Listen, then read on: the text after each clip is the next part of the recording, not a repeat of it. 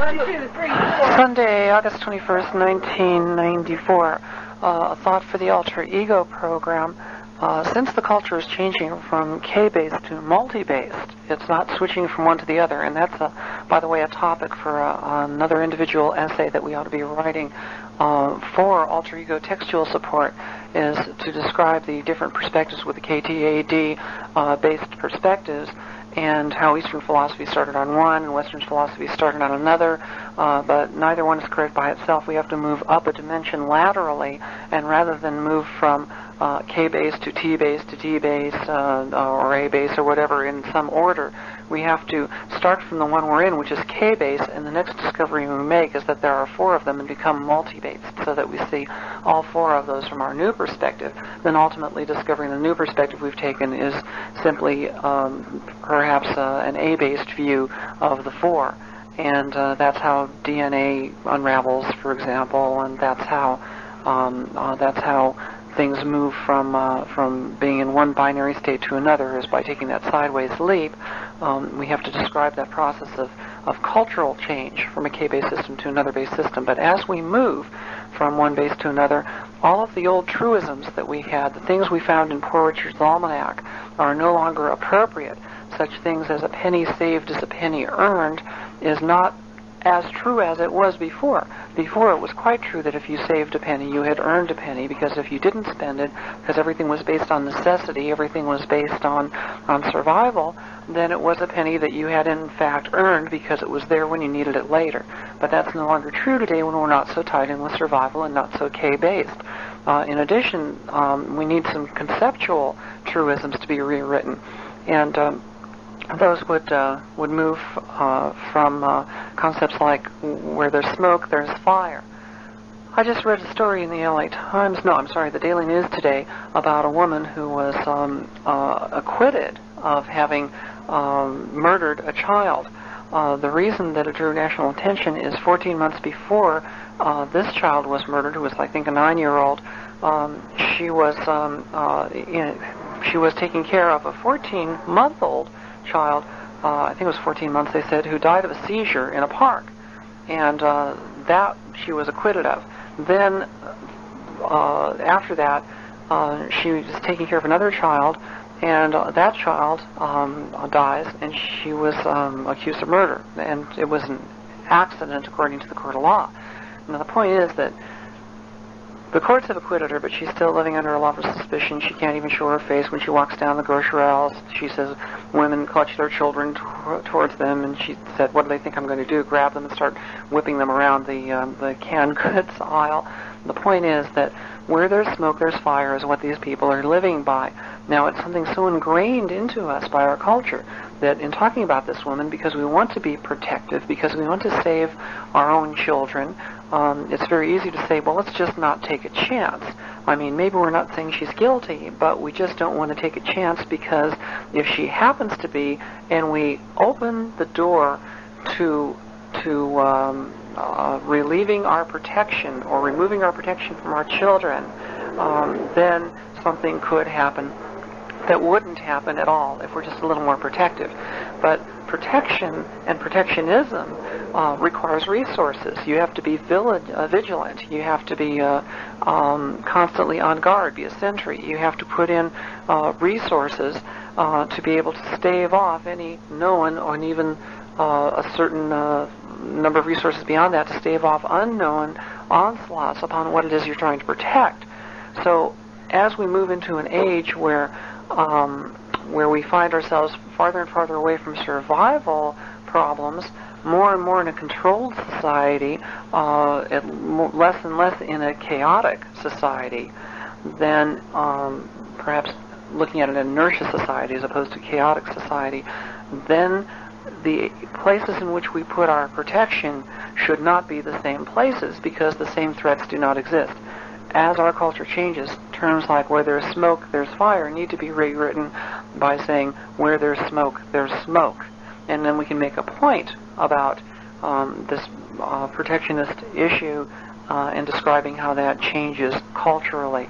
I've always been a fan of Poor Richard's Almanac by Ben Franklin, and always wanted to create one of my own. I guess this is an opportunity to do something similar. Perhaps we could have Richard's Poor Almanac would be the description of it, and taking all these truisms that had appeared and have been with us for over 200 years, and beginning to question them or rewrite them or write new ones that function better in our society. Keep in mind, when we're moving from one base to another, the causal relationship is going to be what's paramount in the K base. And as we are moving to our new semantic templates, we'll still be dealing with causalism, but causality. Causalism? Woo! Anyway, we'll still be dealing with causality. And when we're dealing with causality, we're going to not be truly moving into that new perspective. We'll simply be describing, say, the A version of a K-based system, just as when we move from the universe class to the physics class, we move from a K-based class in a K-based system to an A-based class in a K-based system. We keep the causality as the means of making comparatives, but that only takes us so far. When we are finally ready to make the leap, we have to drop causality entirely and move to one of the other three perspectives, dealing with things as being completely relativistic, or dealing with things as being in parallel. Again, to get an understanding for what these other perspectives are, look at the 4 kinds of character relationships that we can have in the build characters area. We can have the dynamic pairs, the companion pairs, the dependent pairs, and the, I guess you call them independent pairs. That's what we were calling our independent relationship. And so those sections, 3 of them are pairs and 1 of them is not, and that's what makes the 4th one always come out of left field. But that will give us a field. The causality only exists between dynamic pairs where I do this and this follows. I have this impact on that directly, and it's that direct impact that is based in all of the paradigms by which we look for our truisms today. So as we move from a K perspective of a K-based system to an A perspective of a K-based system, we will still keep that causality in terms of dynamic pairs, but we'll be moving around three other ways of looking at causality, and then suggest at least the next step of jumping into a 4th. Now, there's an area of power here that we have in creating alter ego and in doing further work with Dramatica. Outlining what these other systems are can be done very quickly. In other words, for society to change, we don't have to spend another 25,000 years in an A version of K-based or in the D version of K-based. We can go through all 3 of them in a very quick transitional phase, perhaps as little as 5 or 10 years. And at the end of that 5 or 10 year period, when everybody understands what all of these are, then we will move on to the next perspective. Now, it's quite within our power to decide whether the next perspective is going to be an A perspective or whether the next perspective is going to be a D perspective that we're moving into. Because although there is a tendency societally right now, a momentum that would carry us in one particular direction, it's still a volatile moment. And because it's a volatile moment, that momentum reaches 0, and we'll have the slightest nudge can move it in any other direction we want. So we could end up creating a society that was a completely T-based society or A-based society or a D-based society, depending on how we present, which one we present as being the perspective from which we look at these 4 different views within the K-base. That some serious thought should go into that. We should all offer our opinions as to what the ramifications for society would be, what would be the most desirable leap. Because remember, we're talking about moving through 4 different bases, which is like moving through 4 different acts. And sometimes you have Act 1, and then there's a semi-cataclysmic event, and you go to Act 2. Act 2 goes to Act 3 without much notice. They're very, very similar in nature, and Act 3 goes to Act 4, and there's another semi-cataclysmic event there. Other ways of going would be to have Act 1 go to Act 2, relatively normal fashion, smooth fashion. Then in the middle of the story, as Chris calls it, the hiccup, you actually go through a major cataclysmic event right dead center in the middle of the story. And then you have the other 2 acts that are linked together. we will be defining the direction we are going next by determining where the cataclysmic event is going to be. And because this is a volatile atmosphere, we've created, all of us who are living today in this point in our society, we exist in this volatile atmosphere. That means that all the forces come to balance, as Robert Heinlein calls it, a cusp. And it means that with the slightest feather's push, we can shove something over the edge in one direction or the other. The choice is really up to us as the creators of Alter Ego and Dramatica, as the purveyors of this new philosophy, to determine which way we want the tree to fall. August 25th, 1994, a thought for Alter Ego.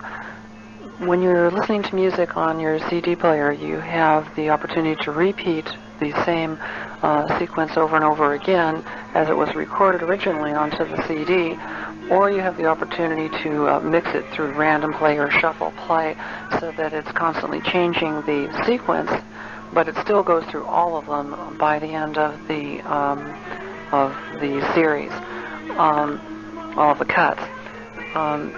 These two ways of arranging things, the linear sequential and also the non-sequential, are two ways of gleaning meaning from something. If you have music and you put it one cut after another, it's going to have a certain impact on your mood. And you can have a favorite album that is meaningful to you because of the order in which it leads you through particular emotions. So that if you start out in a particular mood that you either want to sustain or want to get out of, you can put on a particular album that you know will speak to you in taking you step by step through a particular sequence of emotions that always get you from this particular emotion to the one you want to be at the end, either sustaining what you started out with, strengthening it, or shifting over and getting into a new mood. However, sometimes the meaning doesn't come from the order in which things occur, but it comes from the holism, which means that any order would do, and the linearity is not important. Other times, it doesn't matter what the subject matter is as long as it hits the particular linearity. And then Katie is to evaluate that by creating a written evaluation saying this is how good she thought the job was that he did, this is how accurate his analysis is, this is where it went right, this is where it went wrong, and then provide that to us as a report. Now, I know Katie has an awful lot of things to do, so it's important that we keep track of all the things that I tell her she ought to be doing, because right now with preparing for Alter Ego and everything, she's pretty overloaded. So if you would put something in your own words to the effect of what I just said. This doesn't have to be transcribed verbatim when there's these kinds of notes. They just have to be collected as to the information and then put on my list of things I don't want to lose track of. Another thing I don't want to lose track of is the concept of putting things in context, that when men and women are trying to put things in context, they're trying to change the meaning. Men are trying to change the external meaning. Women are trying to change the internal meaning. Men are trying to say, this is how the purpose has shifted by putting it in context. And women are trying to say, this is how the intent has shifted. Women will try to make like my daughter last night, she was crying because there was a cat fight across the street, but the cat fight was just two cats who were howling at each other. Nobody actually physically attacked each other. She was fearing the worst. And so I had to place that in context for her, saying, no, they were just howling to stave each other off. In fact, they had actually not attacked each other, and no harm was going to happen because they successfully scared each other by howling. And so instead of looking at it as a prelude to a war between the cats, she looked at it as a defense mechanism that kept them from going to war with each other and kept injury from happening. So by placing it in the context, it changed the intent of what the cats were trying to do. When men are dealing with that same issue, they'll try and change how the purpose is turning out. That's what can make men feel like they are successes by the women in their lives. saying that, well, yeah, even though you're a shoe salesman, you're the best shoe salesman there was, or you provide for your family. Changing the meaning by putting the context instead of don't compare yourself to the entire universe, to all the working men there are and how much they're making. Even if you're not making much, you are loyal to your family, you are providing for your family, you're doing a hard job for which there's little personal satisfaction, and yet you're sticking with it. That means more, and you can even say that means more to me, rather than trying to say it's true by every standard of measurement. A woman will say that means more to me than if you made $100 million a year and you didn't care about us at home. That kind of attitude places it in the personal context of saying it changes the intent, it changes the internal impact as opposed to the external impact, which men will do, where they will say, it doesn't matter if you kill me, my cause will live on. When they say something like that, it means that physically, externally, you're placing things in a different context. Again, it can be positive or it can be negative. One good instance of this is in The Sound of Music, when the boy Rolf has joined effectively the Hitler Youth, and they are trapped in the I guess it's the little grave section, the mausoleum or whatever it is in the church, and he finds them there. They have all started to go, but the captain says one final word to Rolf, and he says to him, "You'll never be one of them." Well, when he says this, he's essentially talking about the purpose. He says, you will never be part of that group because of who you are, which is about the worst thing you can say to a man, because it says, because of your very nature, you cannot achieve what you want to externally. You do not have the ability to become what you want, because the internal world is where they feel they don't have much power to change things. And if you place things in a context to say, it doesn't matter if you've put on the uniform, if you've joined them, what you do, you'll never be one of them. The captain meant it essentially as a compliment by basically saying, you are someone who is good at heart, and so you can't do these evil things. But he was looking at it from his perspective. Rolf, on the other hand, was looking at it from the alternative perspective, and seeing the view in terms of saying, these are people I want to be like, not that people are who are despicable. So instead of saying you are a better person than them, having that impact, the captain's impact was to say you're not good enough to be one of them, because he failed to look at it from the other point of view. As men often do, they will not jump to another internal perspective. They will try to determine the object of reality and look at it from an external perspective. What he could have said was, no matter what you do, no matter who you belong to, no matter what group you are associated with, you'll still always be one of us. He could have said something like that, or we still consider you part of our family, or in spite of all of the things that you know we don't like about that group, Rolf, we still care for you. You are still one of us. You are still part of our group too.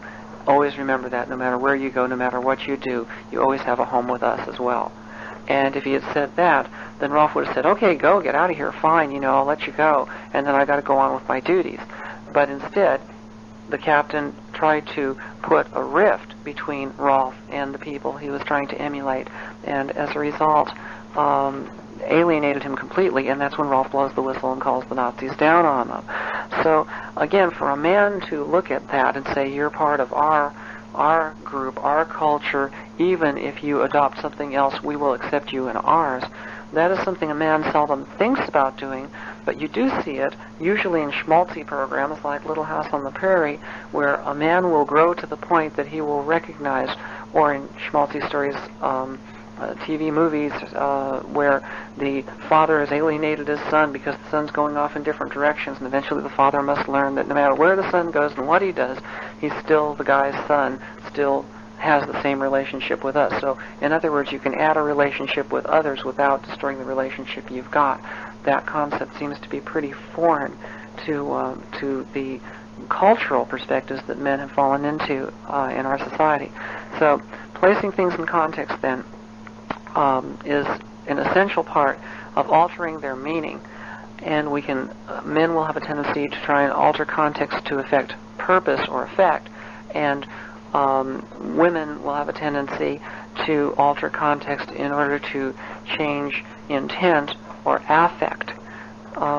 Anyway, as I mentioned to Mary,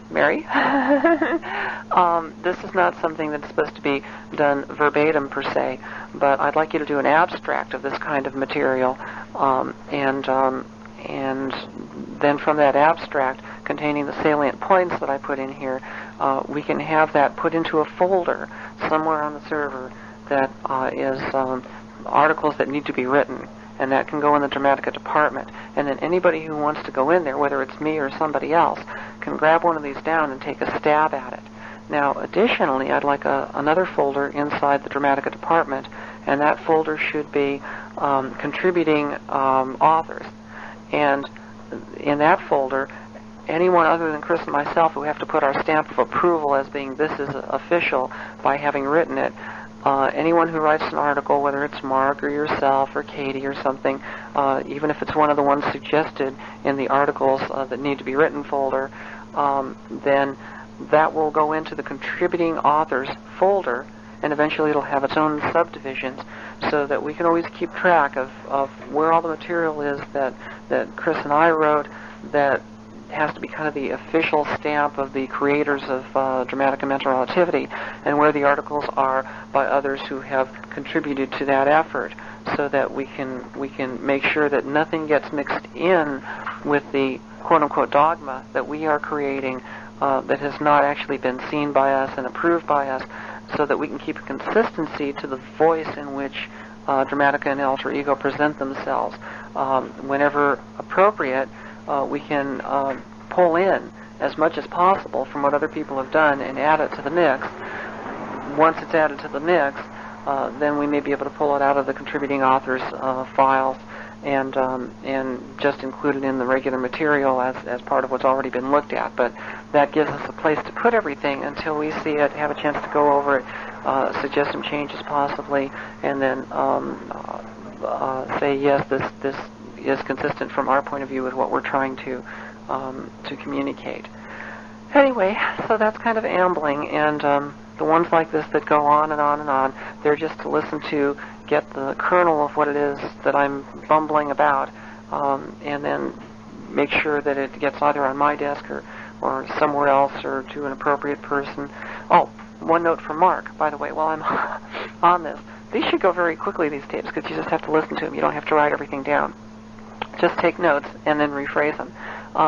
A note from Mark is that in terms of the interns right now, they're only working on context, and I'm not sure if we still have to have them doing context.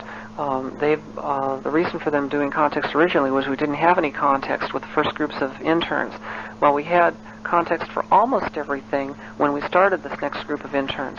I need to be reminded to ask Mark if we have completed all the context that we need at least one time through, and in addition, some of the context examples only had 2 examples instead of 4 illustrations under a particular context example, and we wanted to bring all the ones that had only 2 up to having at least 4.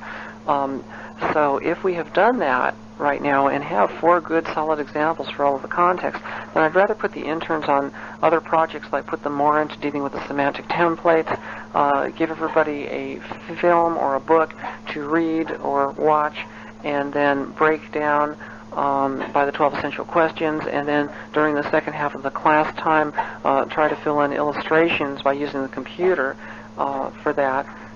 We could even have them do a story form where they create, oh God, I'm really getting off the path here, a story form where they break down the 12 essential questions at home, come in, run the story form so it generates all of the other appreciations.